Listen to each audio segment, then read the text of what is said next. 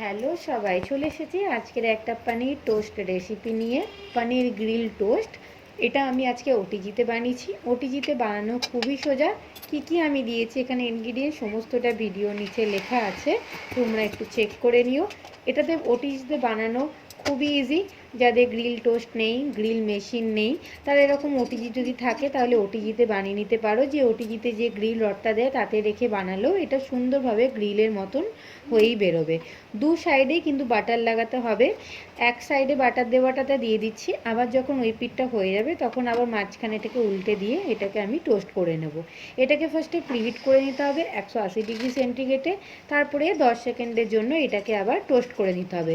এপিট ওপিট যখন ভালো মতন কালারটা চলে আসবে, গ্রিলের কালারটা যখন সুন্দরভাবে টোস্ট হয়ে যাবে, তখন নামিয়ে নিয়ে গরম গরম এটাকে পরিবেশন করব। দেখতেই পেলে কত সোজা, কত ইজি পনির টোস্ট বানানো হয়ে যায় ওটিজি ওভেনে।